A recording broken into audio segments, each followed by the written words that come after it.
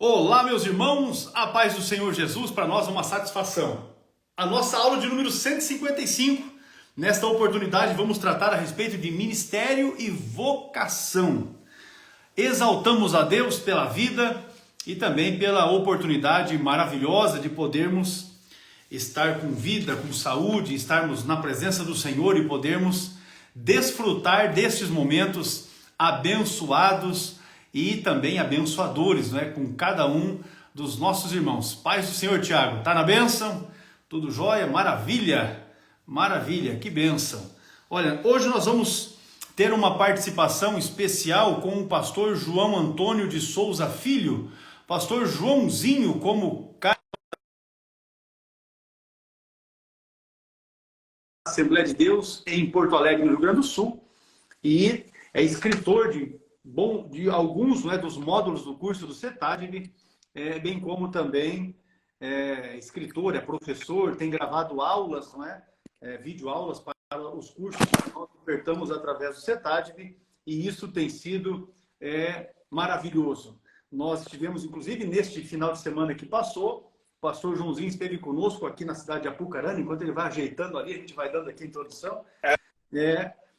O pastor Joãozinho esteve conosco aqui na cidade de Apucarana, ele esteve atendendo uma agenda com o pastor Toninho, que é pastor da igreja missionária aqui em Apucarana, e também esteve atendendo no domingo pela manhã, dando aula de escola bíblica dominical para a classe de adultos, e também à noite pregando no culto em nossa igreja. Pastor João Antônio de Souza Filho, paz do Senhor.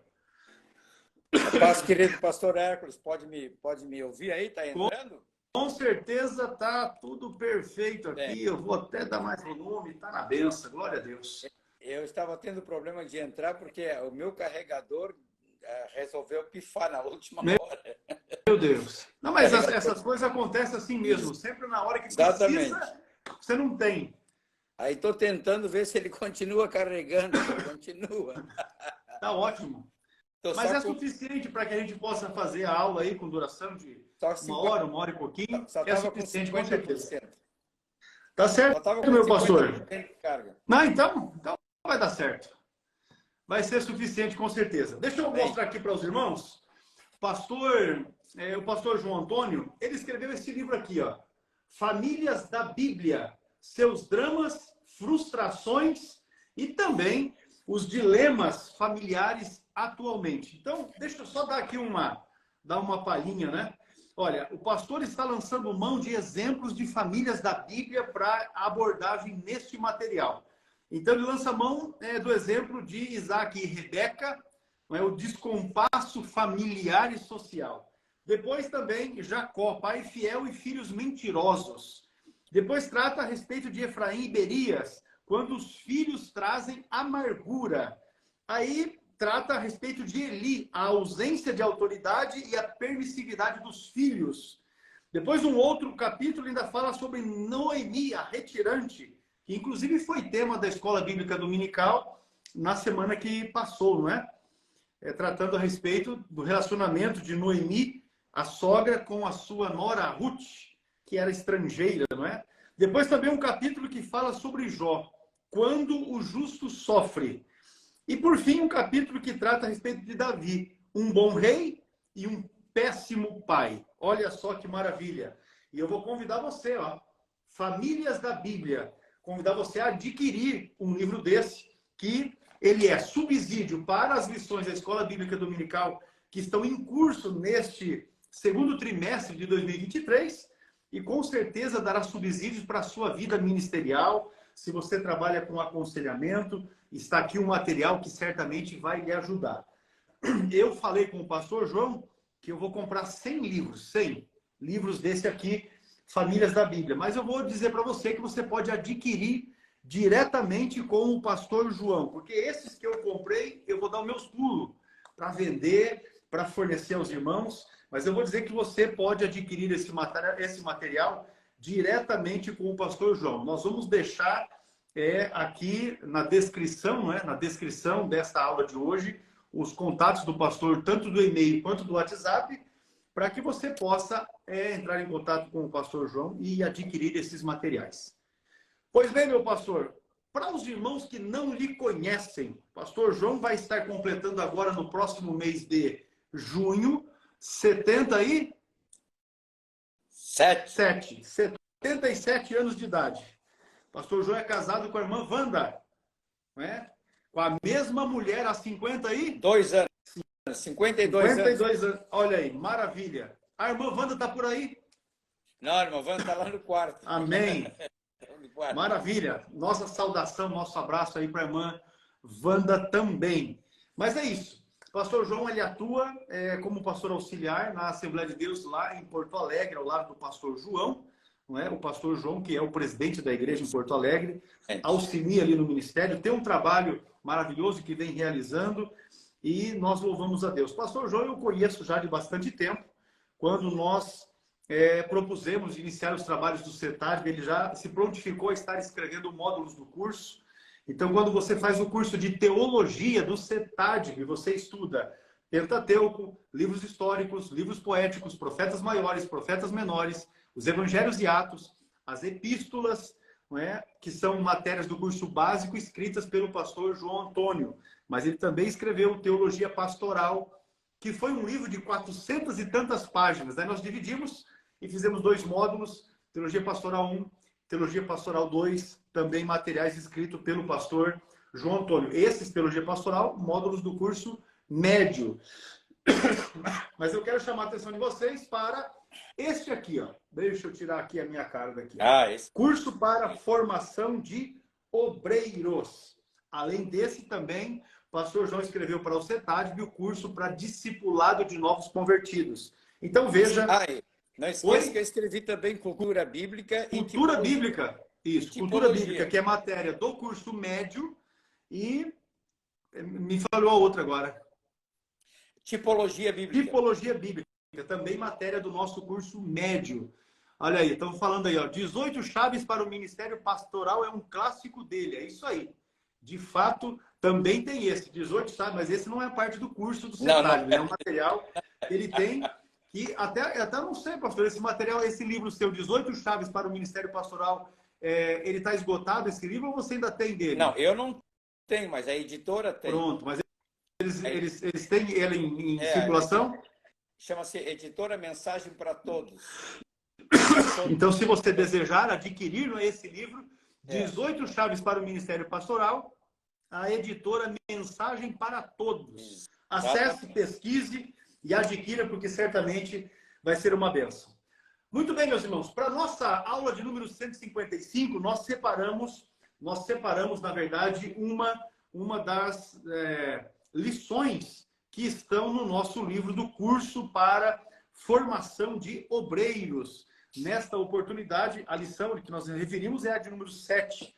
E esta trata essencialmente a respeito de ministério e vocação. Ministério e vocação é o tema. Lição 8, Hércules.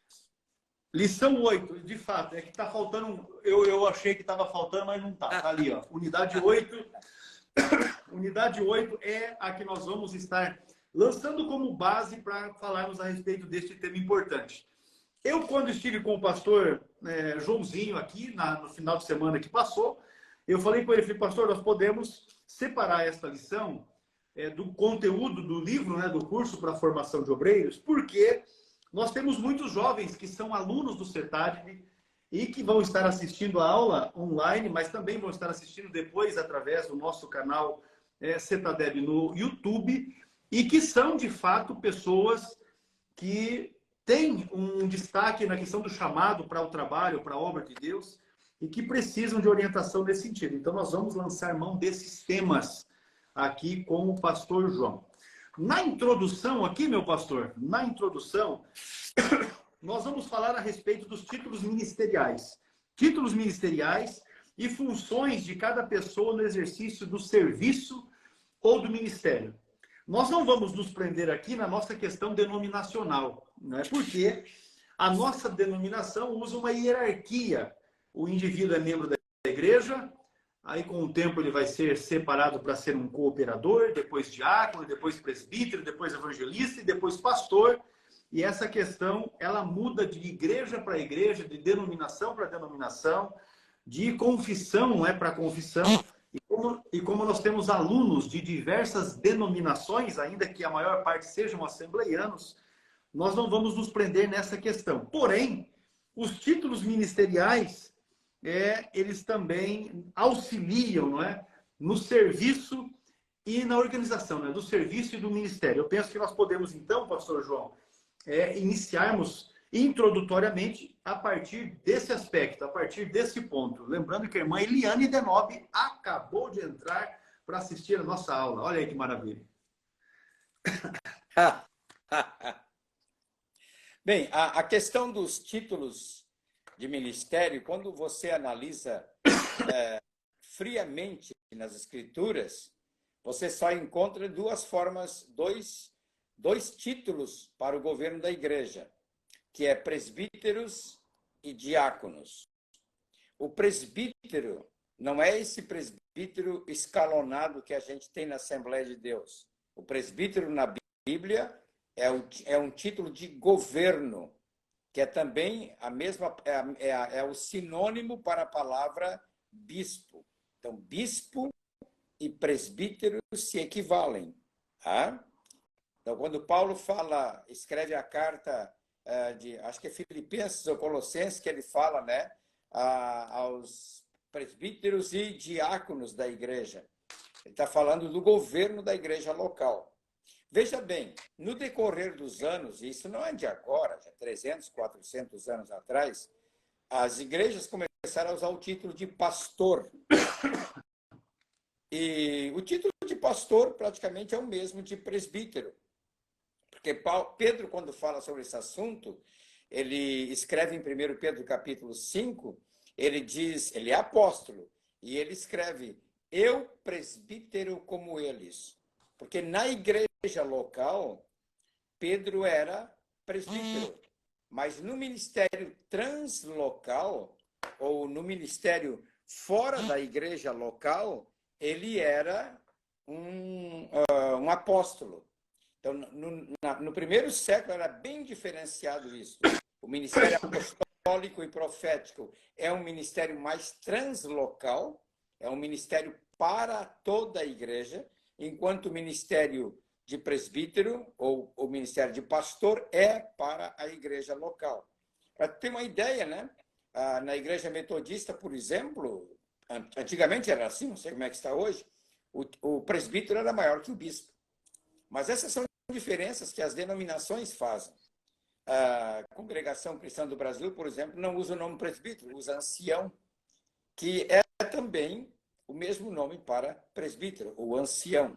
Então, o aluno, ao ler essa matéria, ou estudar essa matéria, pastor Eric, não deve se fixar nessa escala eclesiológica que nós usamos na Assembleia de Deus. Com certeza. Cada igreja tem o seu sistema, cada igreja tem o seu próprio sistema. Por exemplo, na Assembleia de Deus, o presbítero é um cargo praticamente vitalício. Ele é presbítero, pode ser presbítero a vida inteira. Em algumas outras denominações, o presbítero é um cargo eletivo. Ele é eleito a cada 2 anos. Da mesma forma, o diácono. Ele não é um cargo permanente. Em algumas denominações, o diácono é eleito a cada 2 anos. Então, cada denominação tem o seu sistema. E é importante que o aluno conheça todo esse espectro da vida pastoral para não ficar batendo o pé num só, não é? Porque o que acontece? Nós não podemos radicalizar nessa matéria, porque a Bíblia não radicaliza. Com certeza. Outra coisa que na escritura do Novo Testamento, você nunca vê as pessoas chamando outra pessoa pelo título, dizendo assim, como é que vai, apóstolo Pedro? Como é que vai, apóstolo Paulo? Não, sempre a referência é Paulo, o apóstolo. Pedro, o apóstolo. Não é? Sempre é Filipe, o evangelista. Não é? Então, está lá em Atos. Então, não é evangelista Filipe. E alguns irmãos gostam do título assim, diaconisa fulana de tal, diácono fulano de tal. Mas nós estamos invertendo o processo. E se não mencionar o título, é capaz do camarada desviar. E se não mencionar o título, ele se desvia. Essa é a introdução da nossa matéria aqui, viu? Tá certo, pastor. Olha, o senhor mencionou a fala de Paulo, né? Na verdade, o texto de Paulo, eu já localizei aqui, Filipenses capítulo 1, versículo 1 diz: Paulo e Timóteo, servos de Jesus Cristo, a todos os santos em Cristo Jesus, que estão em Filipos, com os bispos e diáconos. Os presbíteros, né? Os presbíteros e os diáconos. E diáconos, que são o mesmo bispo, né? Maravilha. Então, veja bem, o governo é questão de autoridade e não de títulos. Isso é importante destacar. Que não é o título que dá autoridade a uma pessoa, tá? Mas quem dá autoridade é a vida espiritual daquele obreiro. Eu até destaquei, pastor, o comentário que o irmão fez no livro, que é exatamente esse. Biblicamente falando, como ensinavam os pais na Assembleia de Deus, não é o título que faz a pessoa, é a pessoa que faz o título. O título. De fato. Exatamente. Tanto que a gente vê a maneira como se destacou, não é? Como se destacou na Bíblia o primeiro diácono, não é? O primeiro diácono, poxa, teve um destaque maravilhoso e nem por isso, em algum momento, alguém me ensinou, olha, o diácono. Não. Você veja o caso de Estevão, não é? Que foi o primeiro mártir da igreja, também não se menciona a titularidade, de forma que, de fato, é assim. De fato, é assim que nós entendemos. E ali, em Atos 6 tem uma peculiaridade. As nossas versões bíblicas, especialmente tanto a corrigida como a atualizada, ela coloca um título, coloca ali consagração de diáconos. Mas eu preciso dizer aos nossos estudantes que o título foram os homens que colocaram.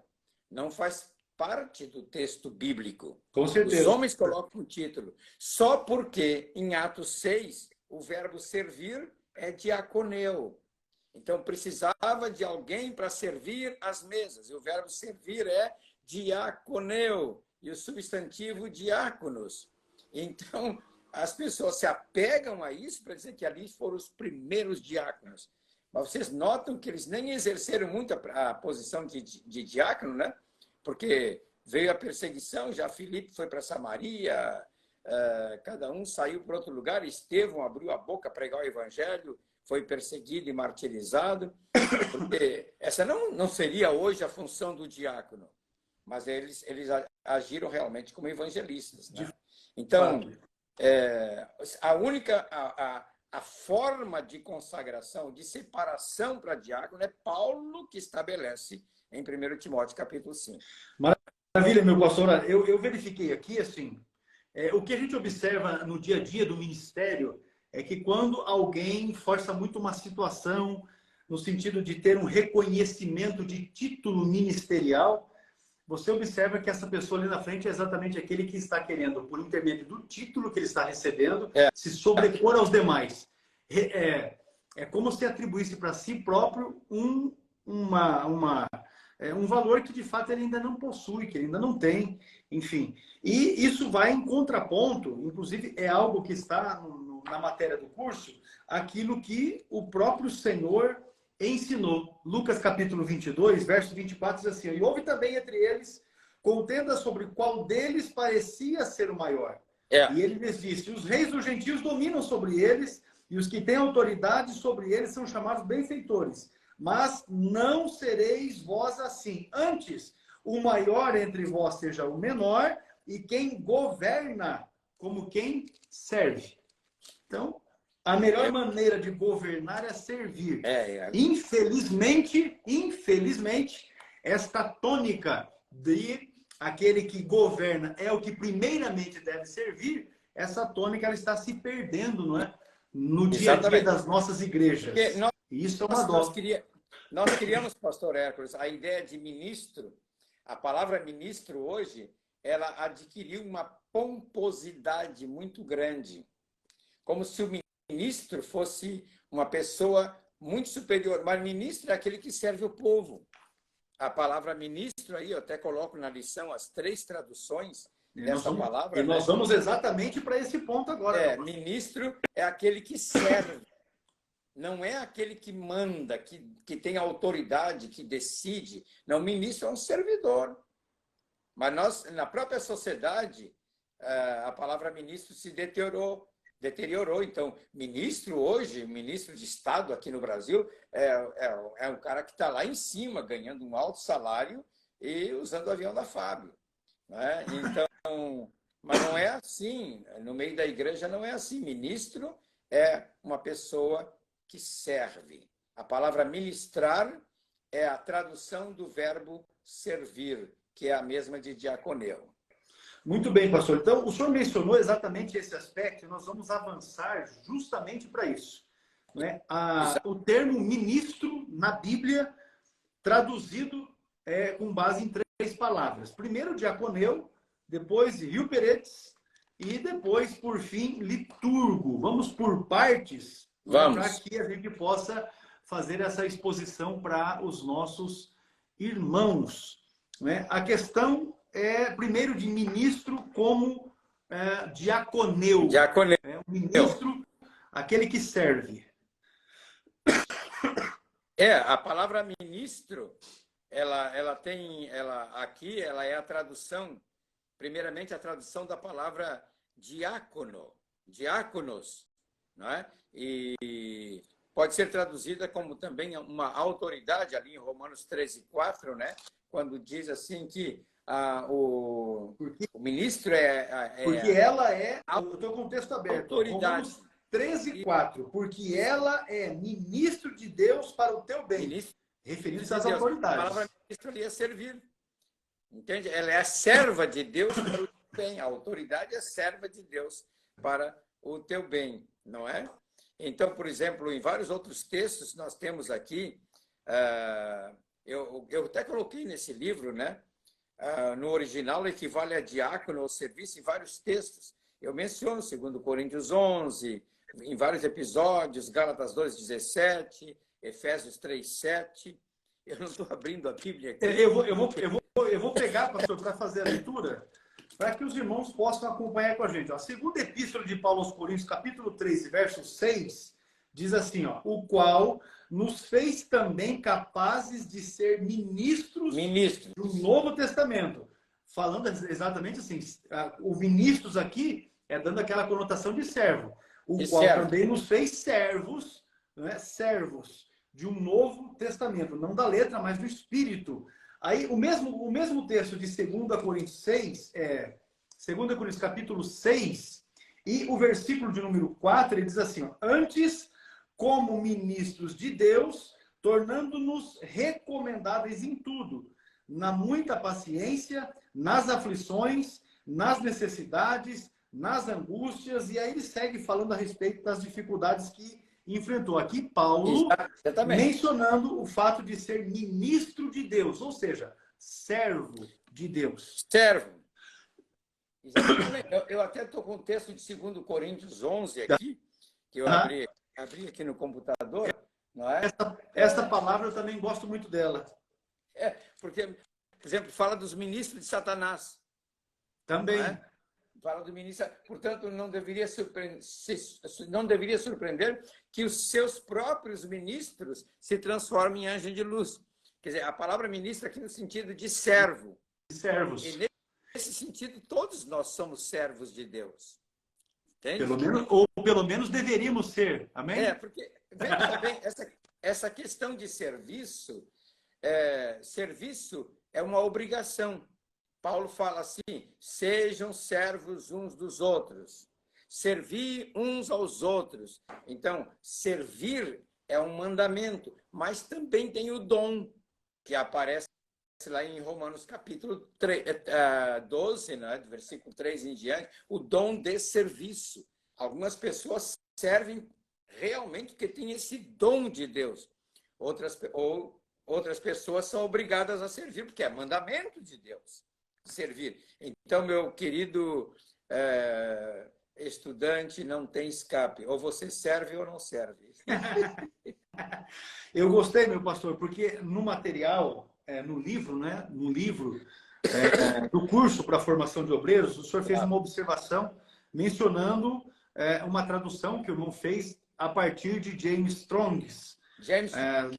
Da concordância exaustiva da Bíblia escrita por James Strong, que ele afirma que a palavra diaconeu, ela está relacionada com um servidor. Um servidor. É alguém que exerce um serviço obedecendo a uma autoridade superior. Então vamos considerar assim, todos nós, crentes em Jesus Cristo, temos de fato uma autoridade que está acima de nós. Vamos colocar o próprio Senhor Jesus.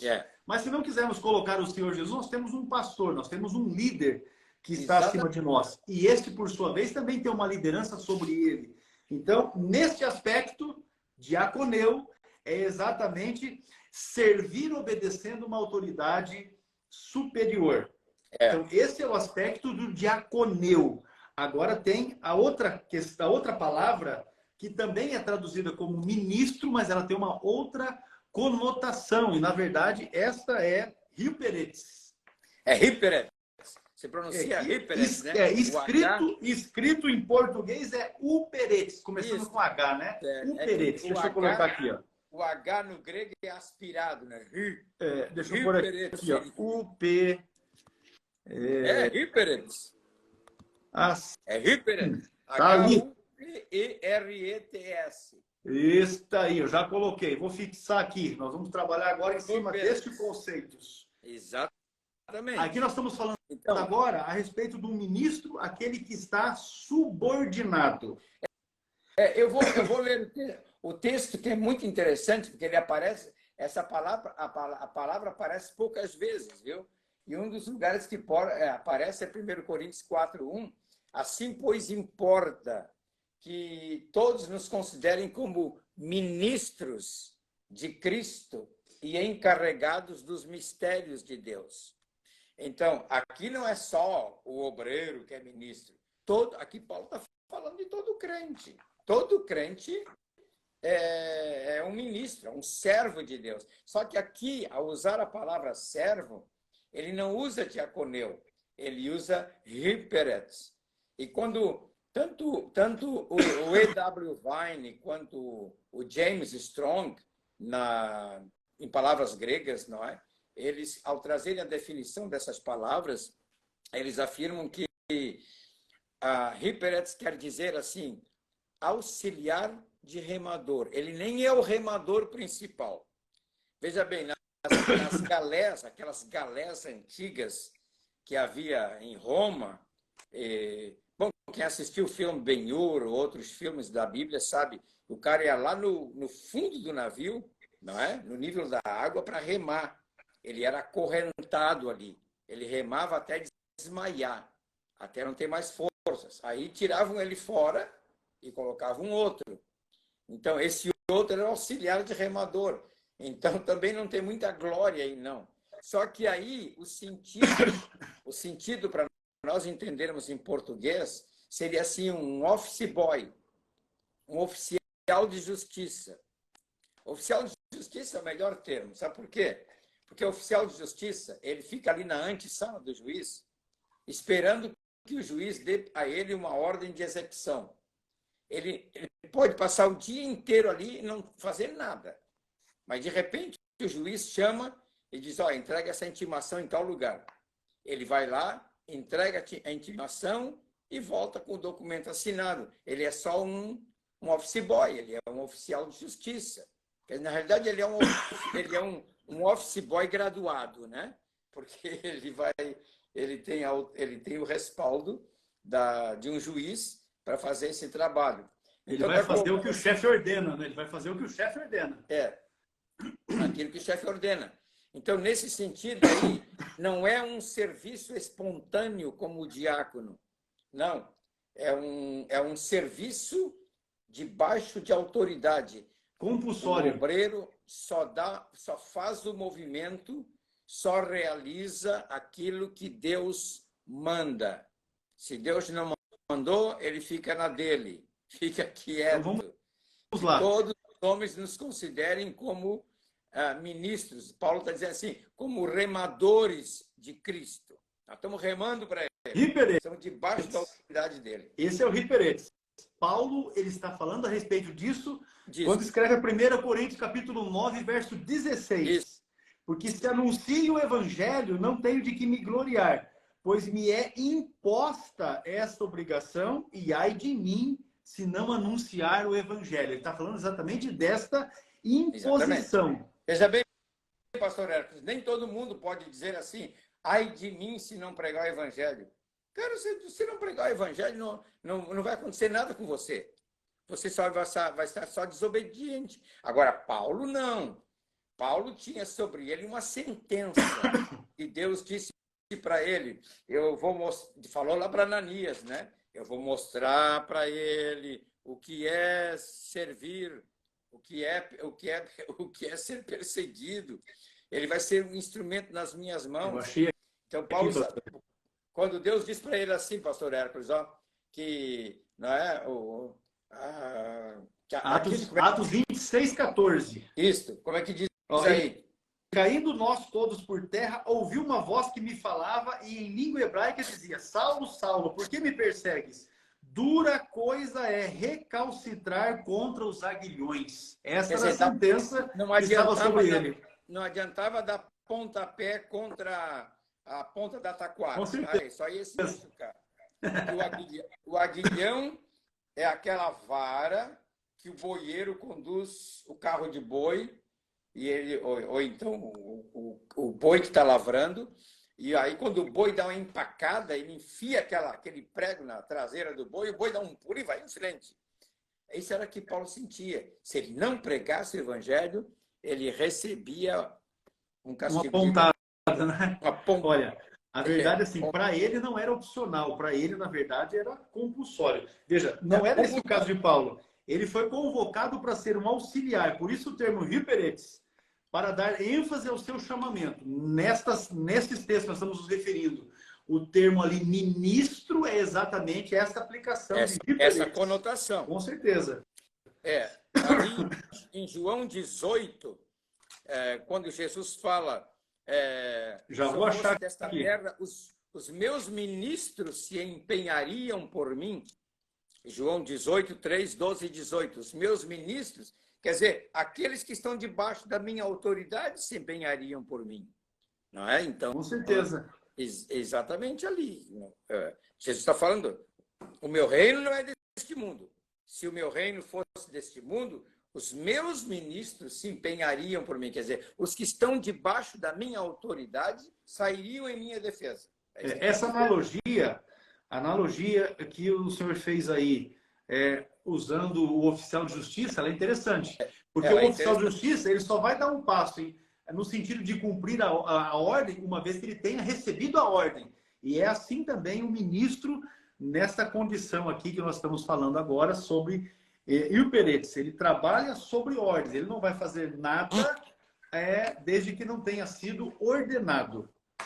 Esse é um segundo aspecto do termo ministro. Agora, para a gente avançar aqui, nós vamos para o terceiro aspecto, ministro como liturgo. Essa é uma terceira palavra no original grego que é traduzida no português como ministro, e a gente precisa ter a compreensão para que faça a aplicação correta. Essa palavra está aqui em Atos 13, versículo 2. E servindo eles ao Senhor e jejuando, disse o Espírito Santo. Essa palavra aqui, servindo, ela não é diaconeu e ela não é hiperetes. Ela é liturgo. Porque, deixa eu explicar o sentido de liturgo. Vamos lá. A palavra liturgo, ela procede de duas outras palavras, de palavras gregas, que é leitorgeo, leitos, ergon. Ergon é esforço. Daí vem a palavra ergometria, que é o esforço medido que você faz numa esteira, no exame médico, não é? Leitos, ergon, esforço do povo. Então, se nós fôssemos traduzir bem assim, bem na contemporaneidade, diríamos assim, liturgia, vamos pegar a palavra liturgia, é aquilo que o povo apresenta para Deus. Liturgia não é aquilo que nós estabelecemos para o povo, a forma de culto, a forma de orar, não. Liturgia é aquilo que o povo faz para Deus. Tá? É o serviço que o povo presta a Deus. Você vai ver, quando você vai ao Paraguai, ou outro país da América Latina, ou mesmo nos Estados Unidos, você encontra na frente dos templos assim, horário del serviço. Não é horário de culto. Porque tanto nos Estados Unidos como aqui nos países da América Latina, eles não usam a palavra culto. Culto só usamos em português. Culto, para eles, tem outra conotação, né? Mas eles usam a palavra serviço. Porque quando quando os irmãos se reúnem na igreja, eles estão fazendo um serviço a Deus, uma liturgia a Deus. E essa palavra grega, ela procede da cultura dos gregos. Os gregos tinham um sistema de governo em que as famílias mais abastadas eram elas que abasteciam, elas que patrocinavam as escolas, os teatros, os banhos públicos, e a força militar, elas que preparavam o exército. Então, essas famílias eram chamadas de liturgos. Os liturgos são aqueles que serviam a sociedade grega por sua própria conta, com o seu dinheiro, com os seus recursos, não é? Hoje nós estamos muito acostumados a servir, mas com os recursos de outros. Não, mas ali o serviço dos gregos, liturgos, eles serviam com os recursos deles. Próprios. Então, agora, quando Paulo está falando sobre isso aqui, e o texto está aqui em Atos 13:12, e servindo eles ao Senhor, quer dizer, o Senhor não os convocou para jejuar, eles foram de espontânea vontade.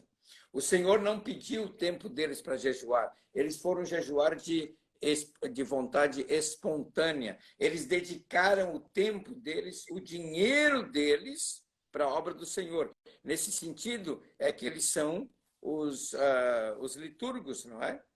Entende? Eu separei aqui, pastor, também uma outra referência, que é de Romanos 15:27, que diz assim, olha, isso lhes pareceu bem, como devedores que são para com eles, porque se os gentios foram participantes dos seus bens espirituais, devem também ministrar-lhes, liturgos, ministrar-lhes os temporais. Exatamente. A palavra servir aqui deve também servi-los, leitorgeo, liturgo. Entende? Já não é a mesma palavra. Então, nós temos 3 palavras aí, que todas elas desaguam na mesma direção. Diácono, hiperats e liturgo. Todos têm o sentido de servir, mas cada um com uma conotação. Diáconos, eu sirvo porque tem que servir e eu sou um servidor. Hiperats, eu só sirvo debaixo de autoridade. Porque é obrigado, né? Fazer uma coisa. É obrigado. Eu sou oficial de justiça, aquele é meu trabalho. E liturgo, eu dou do meu dinheiro, eu dou de tudo. Eu dou tudo que eu tenho. Eu sou um liturgo. Nesse sentido, nós somos liturgos de Deus. Porque a gente... daí vem a palavra liturgia, que nós usamos muito no culto. A liturgia da igreja. Mas o que é essa liturgia? Liturgia é aquilo que o povo faz. É aquilo que o povo estabelece. Não é verdade? Com certeza. Bom, espero que os nossos espectadores aí entendam esse aspecto bem direitinho.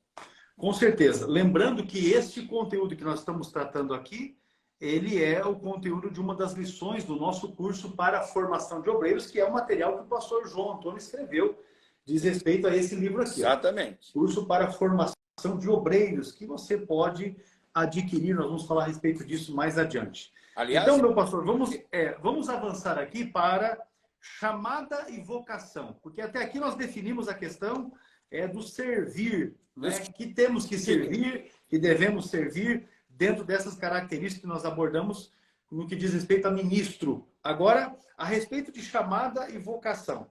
Primeiro, nós temos aquilo que nós temos de dar de aplicação com relação ao Antigo Testamento, porque são formas diferentes, não é?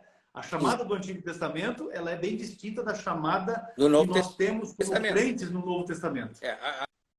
A chamada do Antigo Testamento, ela vinha sempre de fora para dentro, quer dizer, a pessoa ouvia a voz de Deus, não é? O profeta era chamado, o profeta era vocacionado. Deus chamava a pessoa pelo nome, para uma missão específica. Entende?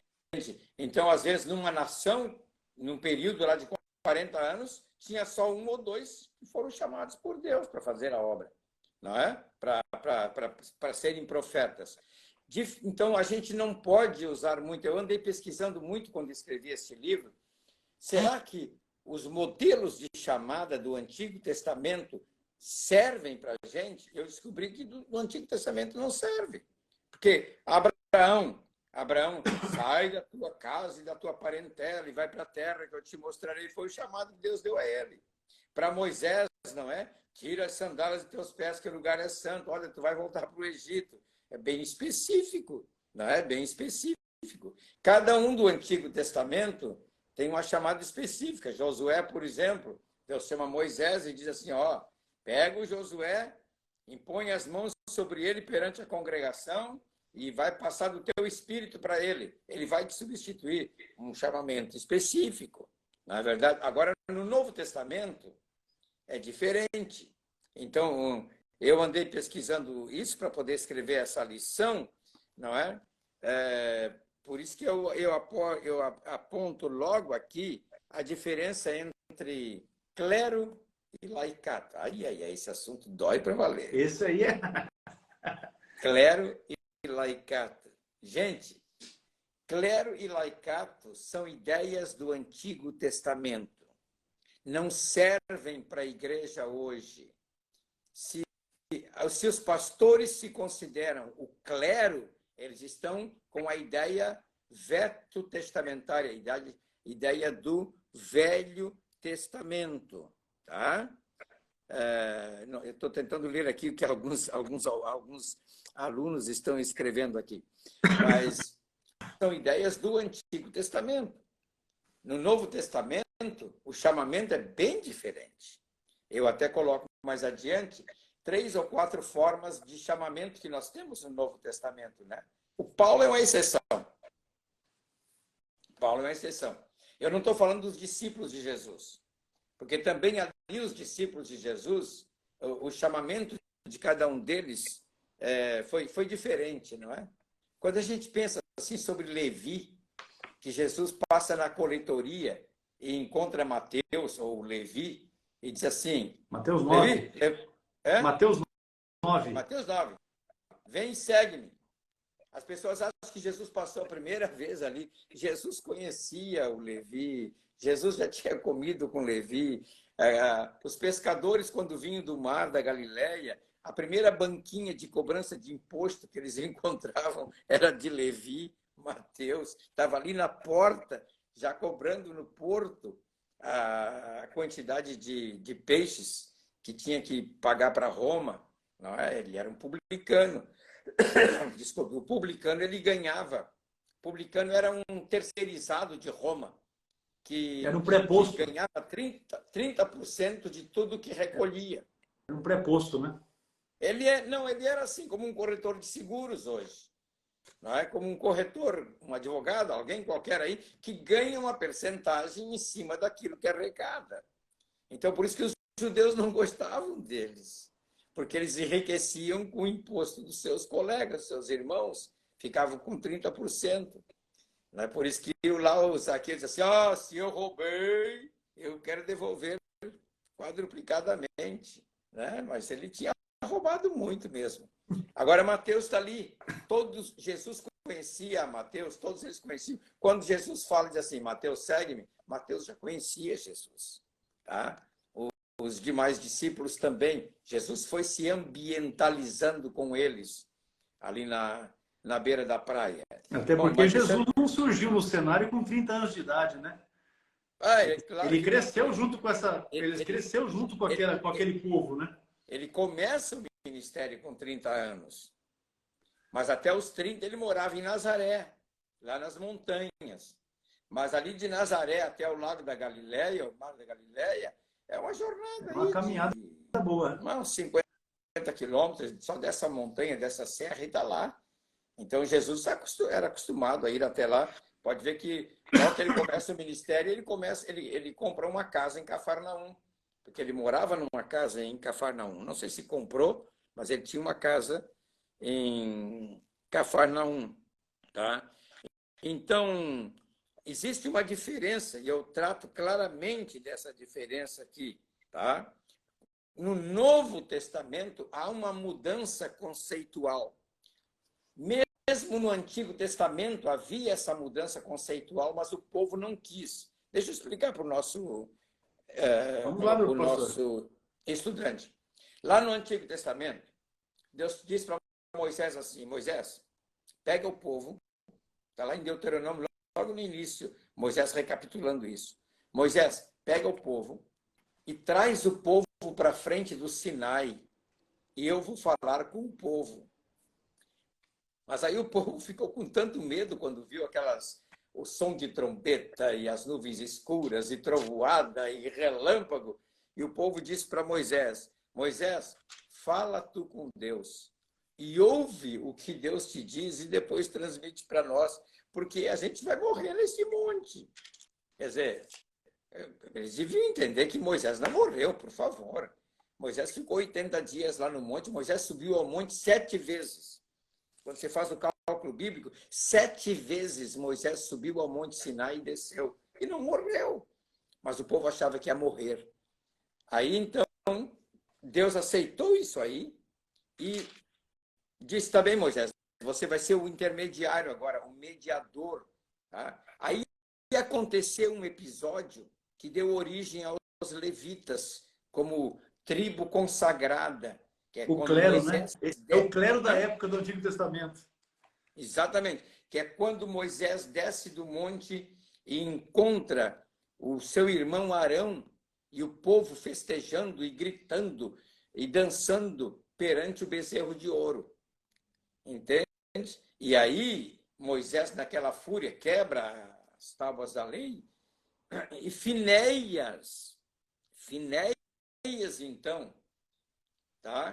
Finéias sai em defesa do povo de Deus. Finéias sai, mata ali, começa a matar todos aqueles que eram adoradores. E Deus se propõe, então, a pegar Finéias e fazer dali uma nova ordem sacerdotal. É filho de Arão, vai fazer uma ordem sacerdotal. Tá? Então, consagrou a tribo de Levi para ele, para cuidar das coisas religiosas. Então, no Antigo Testamento, a ideia não era essa, porque o mesmo texto que Pedro usa em 1 Pedro 2,9, vós, porém, sois raça eleita, sacerdócio real, nação santa, povo de propriedade exclusiva de Deus, a fim de proclamardes as virtudes daquele que vos chamou das trevas para a sua maravilhosa luz. Esse texto é o texto lá de Êxodo 19, né? Que Deus os tomou para vocês, para serem povo escolhido, povo separado. Então, a ideia de Deus não era clero e laicato, mas clero e laicato foi uma consequência da desobediência do povo.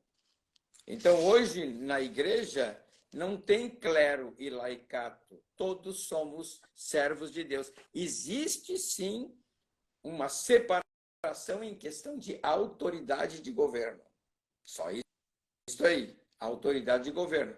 Mas não quer dizer assim, essa aqui é a classe sacerdotal. Porque até as nossas igrejas, pastor Hércules, elas fazem essa distinção, né? Ela separa aquele enorme púlpito para botar lá em cima tudo que é presbítero, evangelista e pastor. E isso, perante o povo, traz a ideia de que ali está o clero e nós, o povo, estamos cá embaixo. Entende como é que é? Essa ideia também nós transmitimos. Nós transmitimos a ideia de clericalização para o povo, quando não deveria acontecer assim.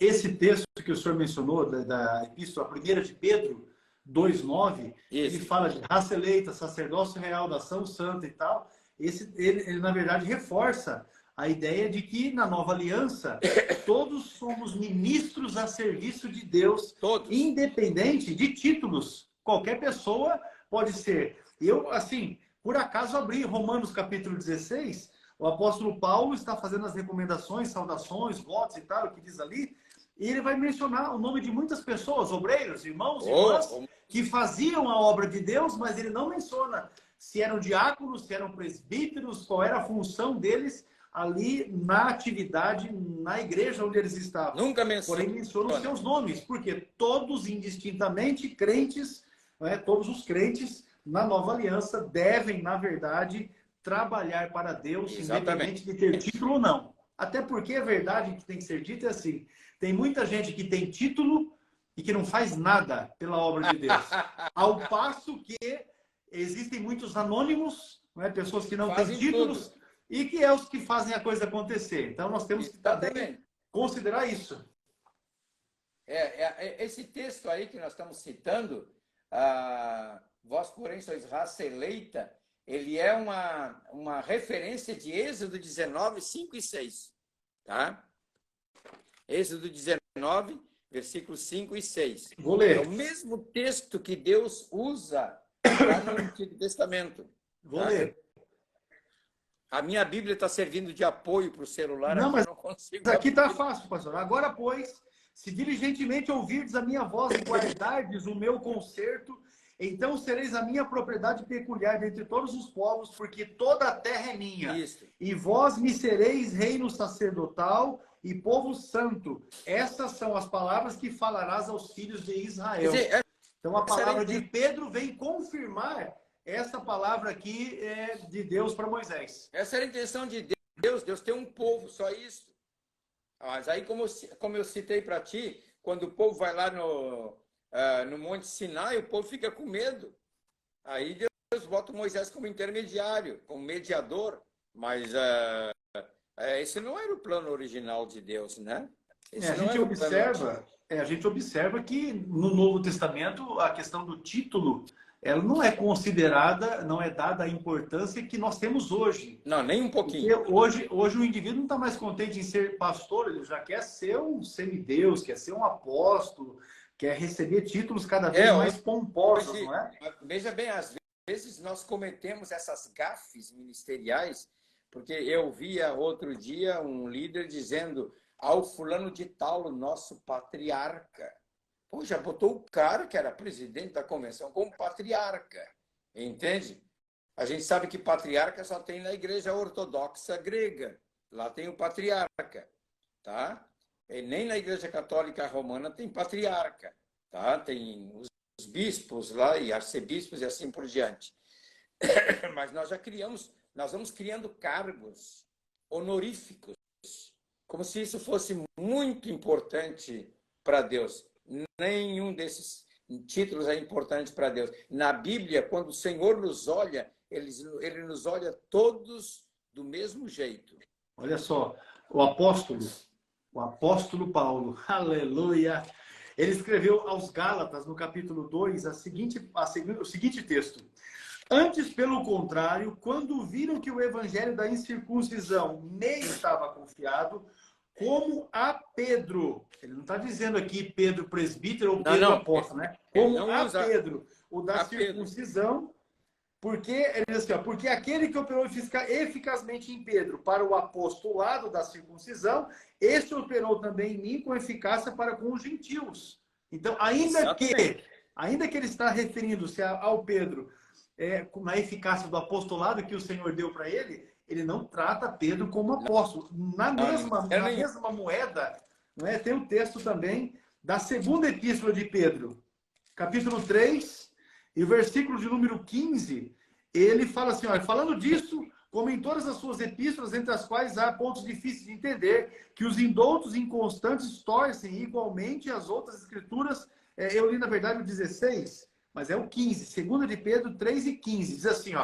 Como também o nosso amado irmão Paulo escreveu. Pronto, trata Paulo como irmão.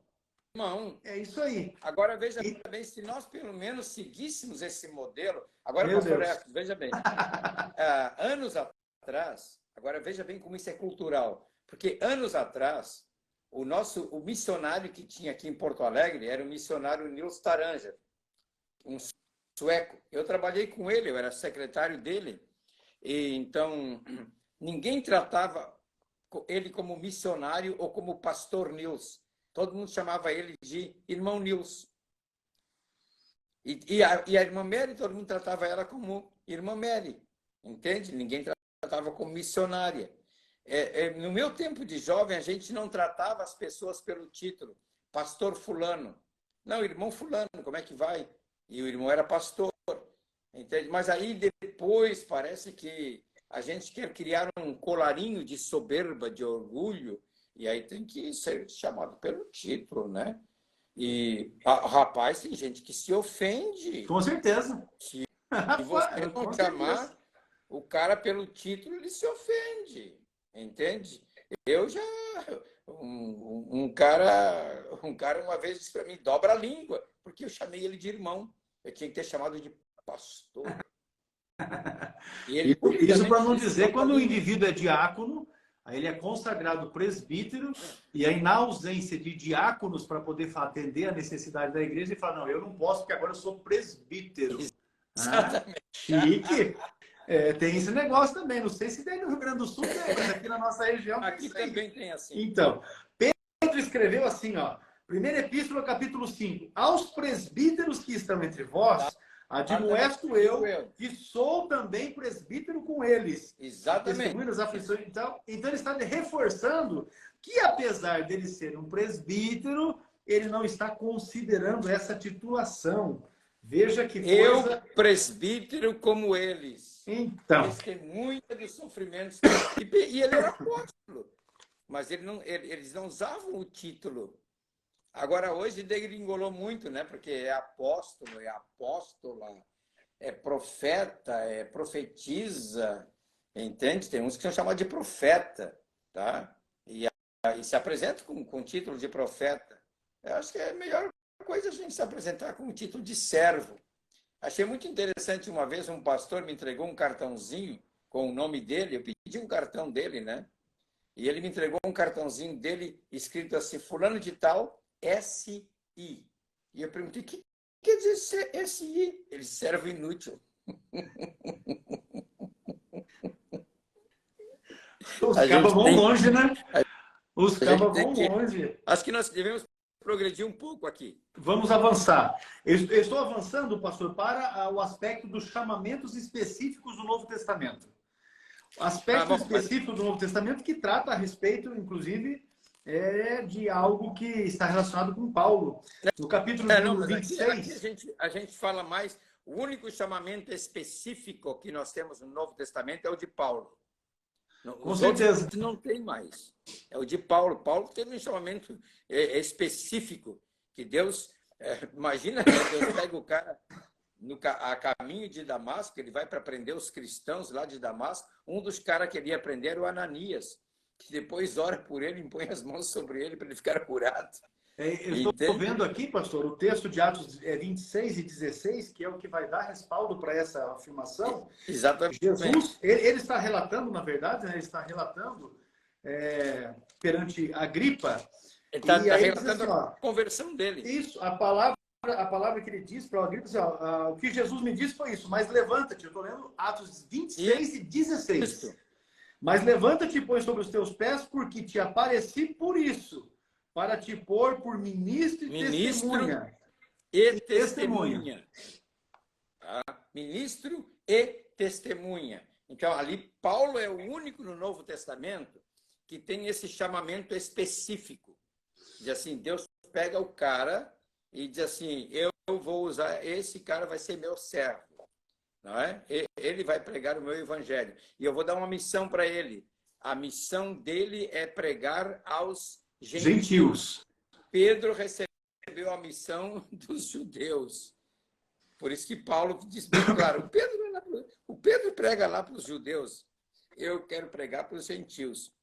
Por isso que no Novo Testamento, as epístolas, Paulo é tão duro contra o judaísmo, porque os judeus queriam impor o judaísmo na vida dos novos cristãos. Mas não vamos entrar aí nessa área, não é? Com certeza. Pastor, olha, o chamado de Paulo tinha essa especificidade, e eu abri aqui agora, na primeira epístola que Paulo escreveu aos Coríntios, capítulo 9, sim, o verso de referência é o 26.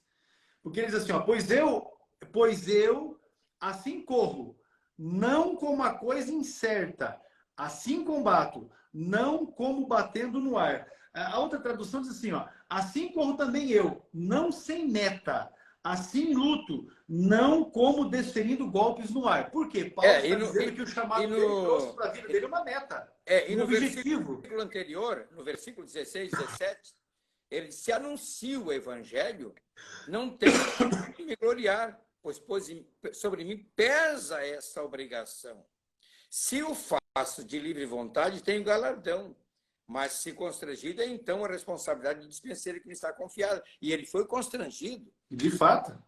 A vida dele não foi uma vida sem propósito. Não, muitos obreiros, hoje, o indivíduo fica lutando contra tudo e contra todos, arrumando, inclusive, confusão lá dentro do ministério onde ele serve ao Senhor, porque ele quer adquirir uma posição. Mas qual é o objetivo de vida? Qual é o objetivo ministerial? Exatamente. Ou o objetivo do chamado na vida do tal? Essa é a objetividade que a gente vê, não é, na vida do apóstolo Paulo. Por isso, o seu ministério foi um ministério que deu fruto.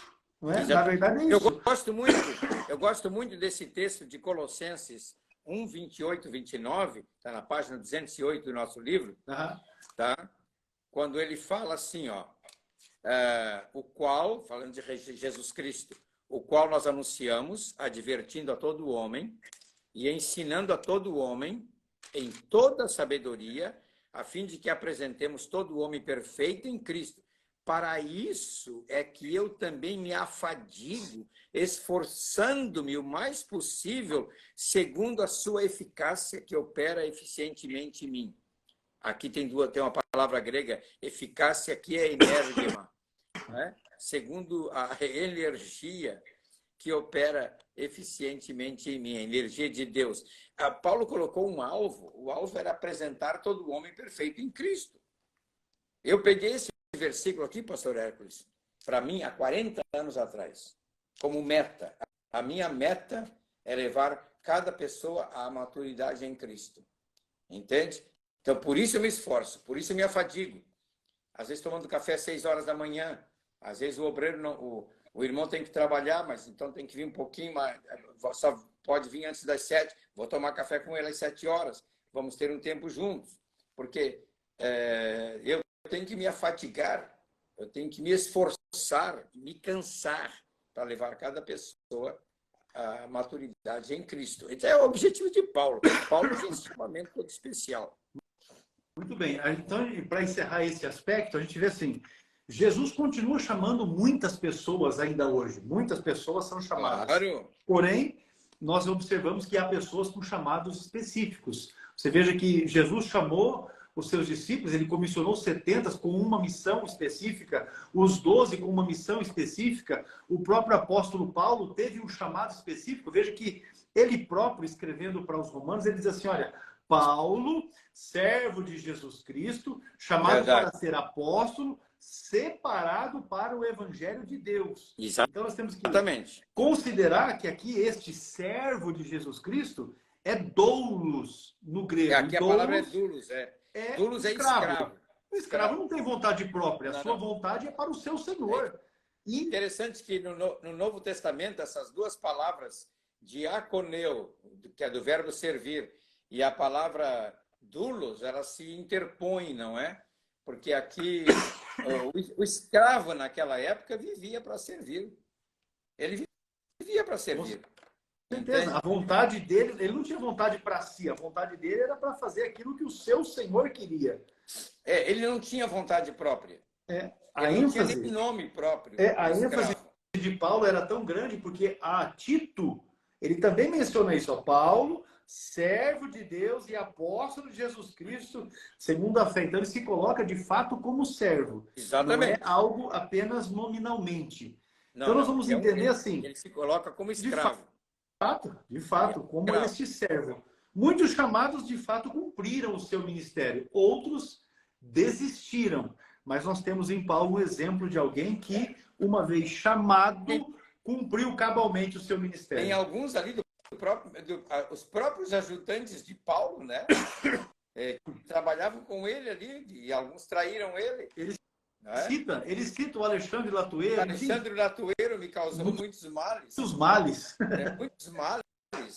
E cita um outro lá que preferiu o mundo, né? Ele cita em Timóteo isso aí, que preferiu as coisas do mundo. Então, eram obreiros com ele. Ele escreveu para Timóteo, referindo-se a Demas, na segunda epístola, capítulo de número 4, o verso 10.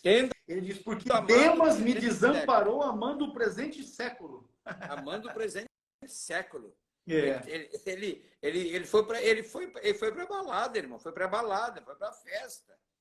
Ele foi curtir a vida. Abandonou a fé. Abandonou a carreira. É isso aí. Demas. Exatamente. Demas. Segunda epístola de Paulo a Timóteo, capítulo 2, e verso 9 eu li. Agora, veja só.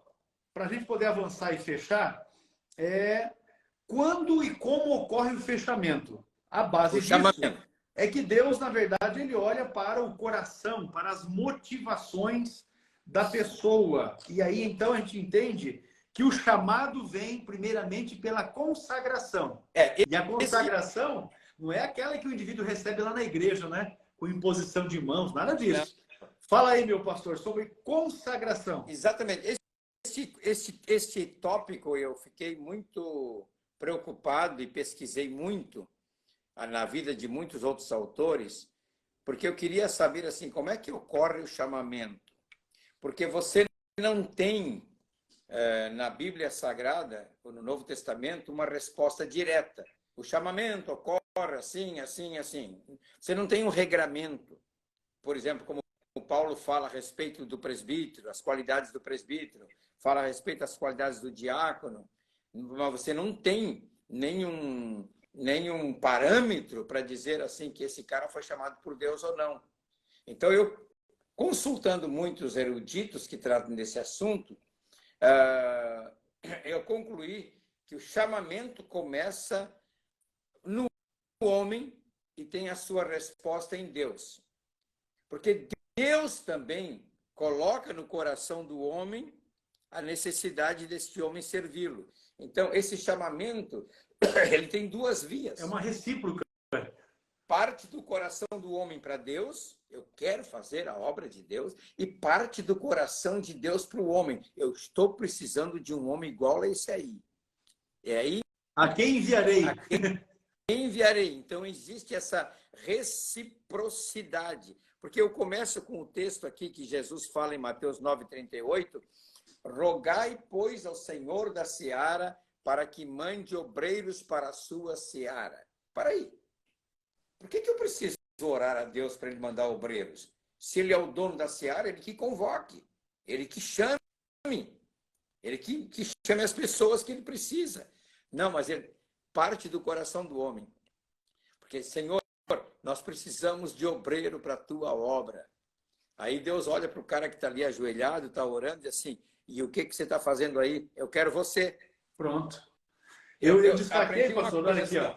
No meu aqui está riscado. Eu risquei aqui, ó, para não esquecer de mencionar. Quando Deus encontra o que procura, ele coloca o seu desejo e o da vontade do... Quando Deus encontra o que procura, coloca do seu desejo e da sua vontade no coração do homem. Isso. E ou seja, o homem, começa a anelar mais e mais de Deus e a fazer a sua vontade. Aí, como a gente diz aqui no Paraná, aí junta a fome com a vontade de comer. E o resultado disso é a obra de Deus sendo realizada de forma gloriosa. É impressionante isso, né? Porque quando ele diz assim, roguem ao Senhor da seara para que envie obreiros para a sua seara, a pergunta é, mas rogar por quê? Por que eu vou pedir? Não é? Não é interesse dele que ele que levante obreiros. Mas então o que ele está dizendo? É que parte do coração do homem esse desejo de servir a Deus. O Espírito Santo também tem uma participação nisso aí, né? Porque, veja bem, eu comecei a analisar pelo meu chamamento. Eu tinha 17 anos de idade, trabalhava numa empresa já há 3 anos, desde os 14 anos, carteira assinada naquela época. E uma noite, 24 de fevereiro de 1964, muito bem, eu estava orando. E Deus colocou fortemente no meu coração o desejo de eu me preparar para o ministério. Foi quando eu fui para Pindamonhangaba, em 1964. Me prepararam já no Instituto Bíblico das Assembleias de Deus. Então, porque havia uma fome no meu coração, um desejo de servir a Deus. Aí Deus olha para o seu coração. Aí sim você encontra um parâmetro no Antigo Testamento. Davi está lá cuidando das ovelhas de seu pai, com 16, 17 anos, tocando lá seu instrumentozinho musical, tá? E aí, eu acho que Deus fica matutando assim, Saul não deu certo, quem é que eu vou botar no lugar desse cara? Saul está só pecando. Aí ele fala para Samuel, ó Samuel, eu já encontrei o cara. Eu já encontrei, avisa para o Saul que eu já encontrei alguém melhor que ele. Mas nem disse para Samuel quem era. Só falou mais tarde, quando Samuel foi na casa de Jessé para consagrar um dos seus filhos. Então, ali sim tem um parâmetro, o cara está servindo a Deus. Esse mesmo princípio serve para nós no Novo Testamento. Deus não vai chamar ninguém para o ministério se essa pessoa não está com o coração na obra. Se essa pessoa não está envolvida nas coisas de Deus. É um exemplo que o senhor destacou no livro, né? O senhor destacou o exemplo de Barnabé nesse sentido aí. Agora nós vamos falar de Barnabé, não é? O senhor destacou o exemplo de Barnabé como sendo esse, que já estava servindo e aí foi reconhecido pelas autoridades, né? pela sua liderança, pelos supervisores da obra. Exatamente. Que é exatamente o que nós temos aqui. Então, primeiramente, o chamamento vem pela consagração. Nós já colocamos aí. A pessoa está consagrada a Deus, se consagra. Segunda coisa, como é que Deus chama alguém? Nós temos aqui na lição o exemplo de Barnabé, o exemplo de Paulo, o exemplo de João Marcos, o exemplo de Timóteo. Coloque esses 4 exemplos aí, que eles são fabulosos. Com certeza. Por exemplo, fecha a questão, né? Barnabé. Quando a igreja de Jerusalém ficou sabendo, lá em Atos 11, que com a perseguição, um grupo de crentes estava se reunindo em Antioquia, uma cidade da Fenícia, tem essa Antioquia da Síria e Antioquia da Fenícia.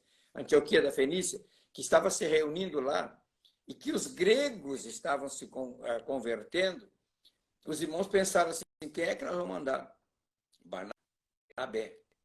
Barnabé devia ter sido um dos 70 de Jesus, porque o primeiro princípio que eles usavam, e eu falo sobre isso aqui nessa lição, em alguma outra lição eu falo sobre esse princípio, as pessoas, os apóstolos mandavam para a obra pessoas que tinham pedigree, ou tinham história de vida.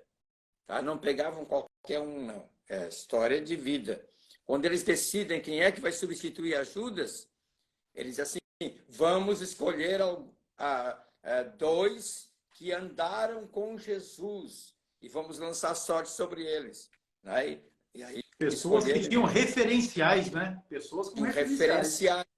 Tinham referenciais. Agora, quando eles querem alguém para ir para Antioquia, eles vão procurar um cara que é grego, porque Barnabé, ele é de Chipre, não é natural de Chipre.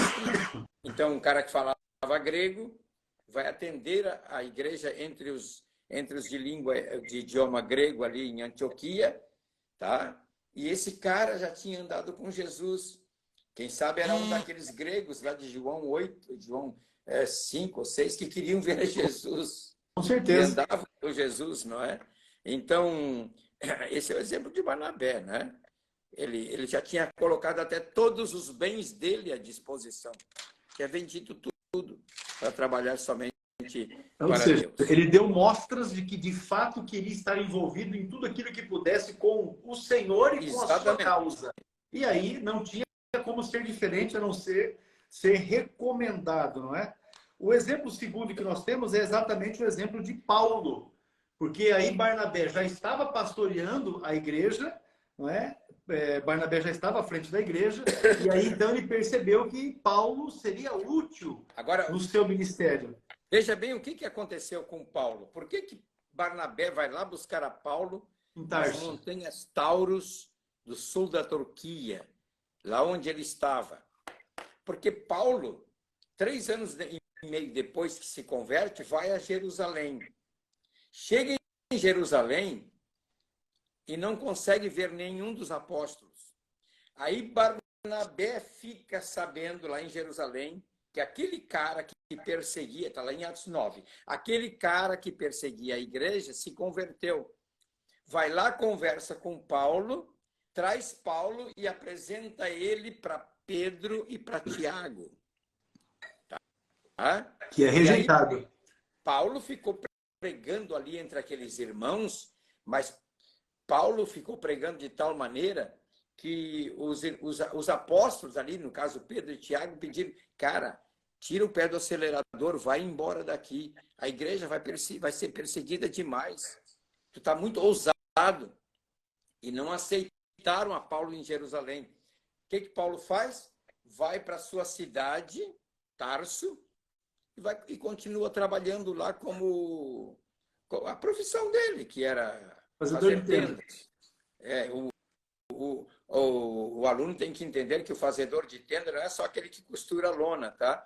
No caso de Paulo, ele tinha que curtir o couro do boi. E o couro de boi era curtido com urina. Era trabalhoso. A urina valia muito naquela época, porque pegava a urina e botava ali para curtir o couro. E aquilo fedia muito.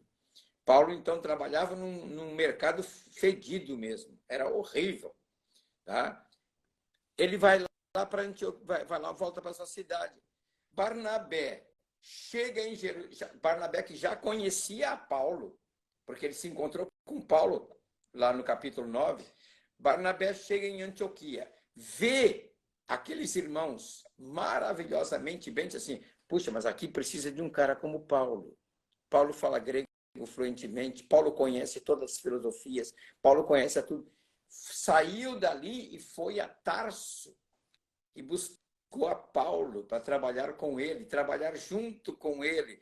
Então, nós temos um Paulo na Bíblia graças a um Barnabé, que foi lá e investiu na vida de Paulo, que reconheceu em Paulo que ele era um cara chamado por Deus. Porque Pedro não reconheceu isso, nem Tiago reconheceu Barnabé isso. não invejou, porque se fosse um invejoso, ele podia dizer, rapaz, eu não vou trazer Paulo para cá, Paulo vai apagar minha luz, ele vai se destacar e eu vou ficar ali, né, apagadinho.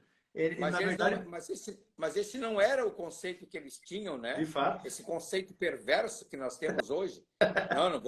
Não vou dar oportunidade para ele, que ele vai subir mais que eu. O camarada, ele é mais inteligente. A filosofia atual é aquela, convém que eu cresça e que o meu irmão diminua. E que tu diminuas. É isso aí. Não é? Pastor, vamos avançar então para o exemplo de João Marcos. João Marcos é outro exemplo muito interessante, porque João Marcos, na época da crucifixão de Cristo, a gente pode dizer crucifixão como crucificação. Os dois termos estão corretos.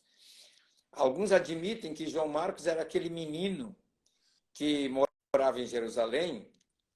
A Bíblia fala que um jovem enrolado num lençol estava lá, foi curioso ver o que estava acontecendo. Diz que pegaram no lençol dele e ele fugiu nu para casa, não é? Então, esse aí é o filho de Maria, né? Na casa onde Pedro foi acolhido. Então, alguns dizem que esse era o João Marcos. Realmente, o João Marcos era bastante jovem quando começou no ministério. Porque se você pensar em termos de viagem missionária, essas viagens missionárias só começaram mais ou menos 9 ou 10 anos depois do começo da igreja. A igreja não saiu de Jerusalém durante 9 a 11 anos. Ficou só em Jerusalém. Só com a perseguição de Atos 8 foi que a igreja foi mandada para fora. Aí aqueles irmãos foram para Antioquia, né? E começaram lá o trabalho entre os gentios. Bem, João Marcos era um menino, um moço. a tal ponto que desanimou no meio do caminho, retornou, e por causa dele houve uma discussão entre Paulo e Barnabé, e os dois se separaram, está lá em Atos 15, não é? Mas João Marcos foi muito útil para Paulo no fim da vida de Paulo. Está lá em 2 Timóteo, né?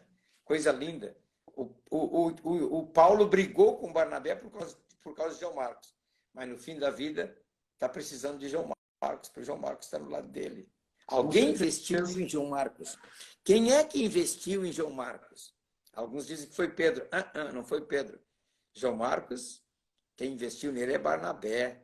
O Barnabé fez muitos investimentos ali na Bíblia. E o outro exemplo que a gente tem é Timóteo. Com certeza.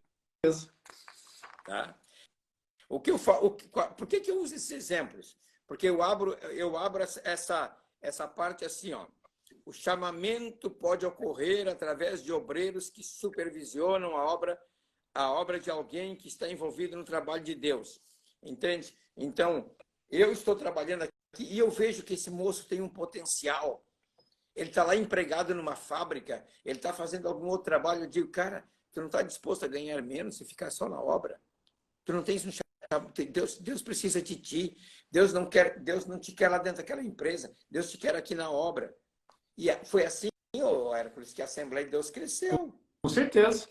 Eu escrevi a biografia de vários pastores e todos eles lá no início diziam assim na sua biografia que o missionário chegou para eles assim: vem cá, tu não está disposto a largar a tua empresa, a firma que tu trabalha e te dedicar para a obra? Eu não posso te dar muito dinheiro, mas vai trabalhar na obra. E o missionário via ali um potencial de Deus, né? Alguém viu em mim um potencial, porque eu fui separado para o ministério com 23 anos na SEADER, 23 anos de idade. A SEADER, para quem não sabe, é a Convenção das Igrejas Assembleias de Deus do Estado do Rio de Janeiro. Exatamente. Atualmente é presidida pelo pastor Flávio Marinho. Eu fui consagrado ali em 23 de julho de 1969, pelas mãos de Lourenço Olson, pelas mãos de José Antônio de Carvalho, que era presidente da SEADER.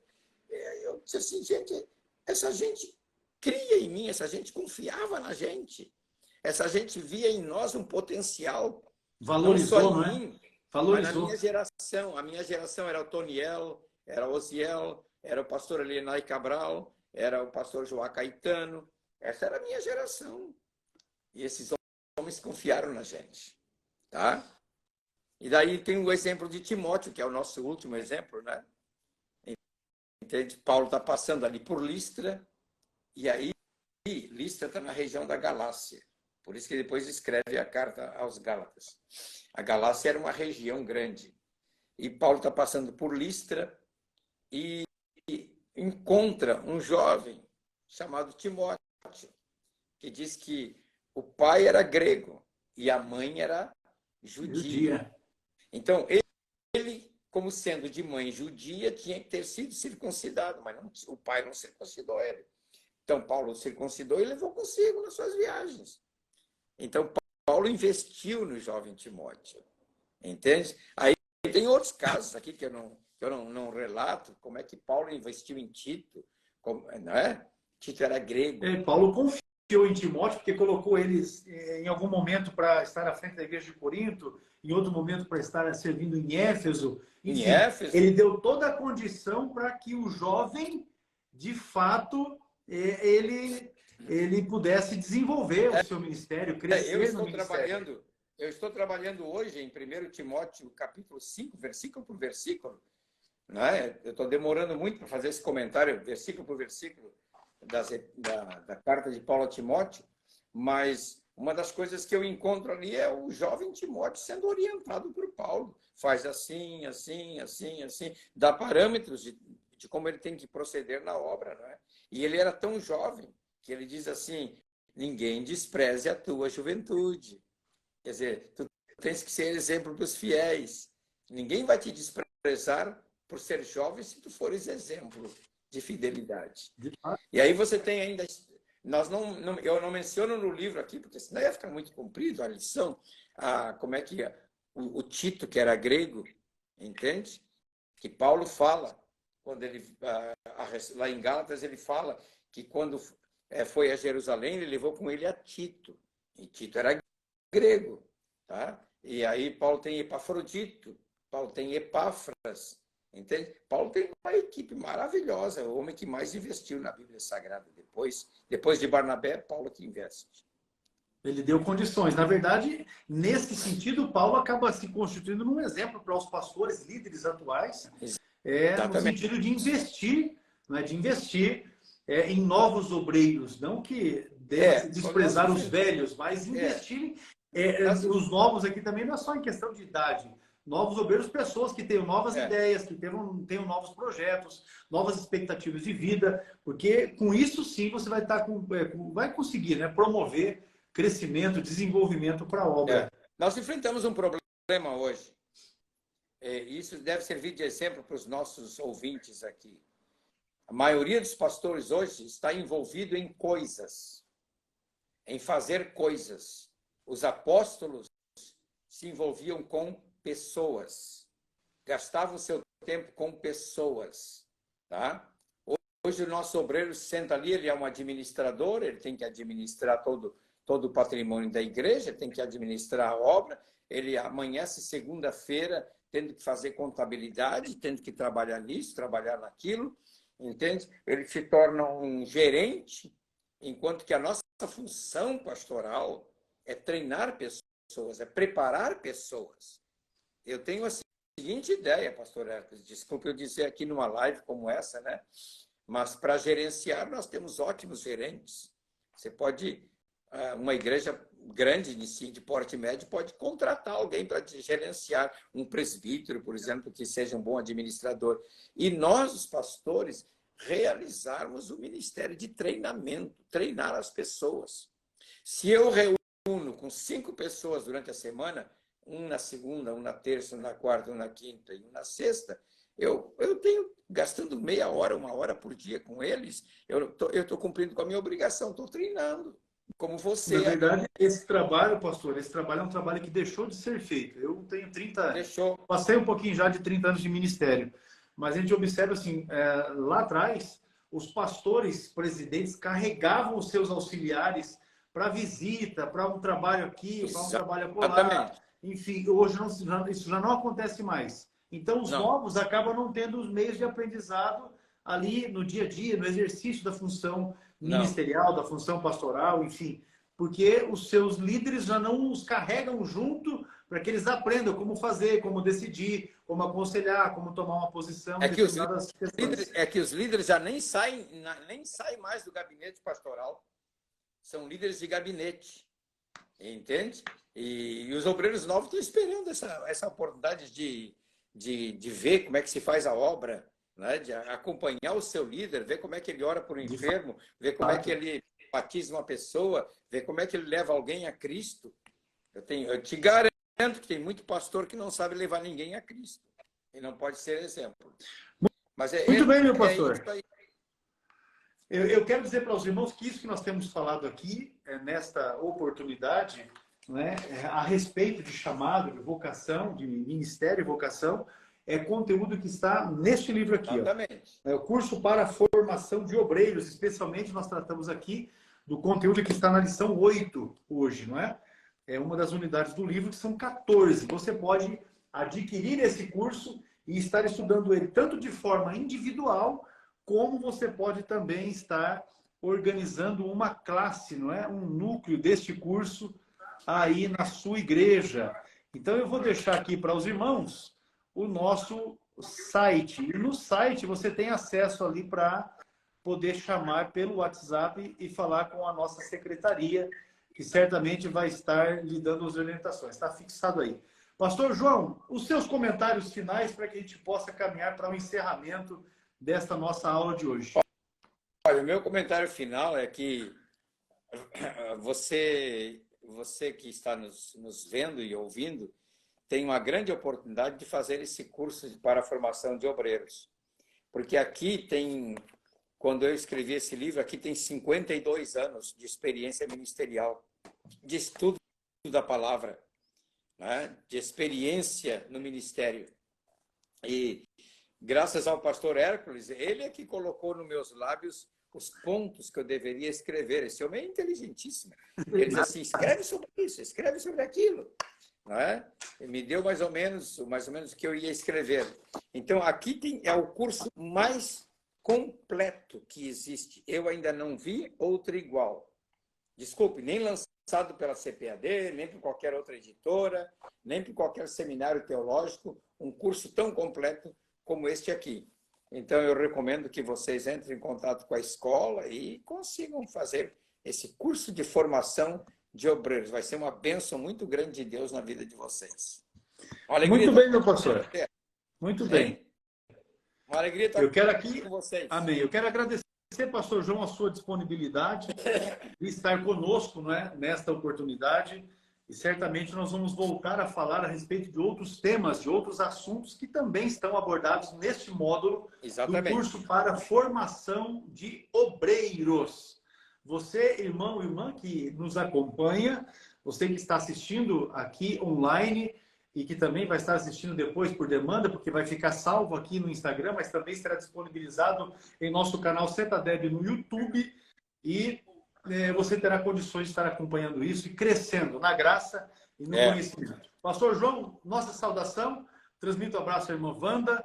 Obrigado, Deus continue abençoando grandemente a sua vida, a sua família e o seu ministério. Vamos avante. Porque ainda há muito para ser feito. Deus abençoe você aí com a Eliane no seu trabalho. Amém. E essa turma lindíssima. Amém. Que você tem aí, não é? Glória a Deus. Trabalhar junto com você. Pastor Hércules é aquele cara que está ali no curso, cercado por todos os funcionários, todo mundo vendo o que ele faz e ele vendo tudo que todo mundo faz. É uma alegria muito grande estar com você. Cada vez que eu vou a Apucarana, tenho prazer de estar com vocês. Aí. Amém. Um abraço. Deus abençoe a todos. Na paz do Senhor. Quarta-feira próxima, às 22 horas, tem mais. Um grande abraço.